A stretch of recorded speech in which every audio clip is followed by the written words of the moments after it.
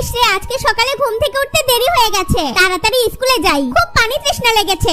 পানিটা খেয়ে পেটটা ঠান্ডা হয়ে গেল। মৌমাছি মৌমাছি কোথা যাও নাচি নাচি, একবার দাঁড়াও না ভাই, ঘন্টাটা বাজিয়ে দেই, ক্লাস শুরুর সময় হয়ে গেছে। এই এত হাসাহাসি করিস না, স্যার আসলে পিঠের চামড়া তুলে দিবে। এই ছাত্ররা ব্ল্যাকবোর্ডের দিকে তাকাও। স্যার আমি অঙ্কটা বুঝতে পেরেছি। হুররে কি মজা, স্কুল ছুটি, গরম গরম রুটি।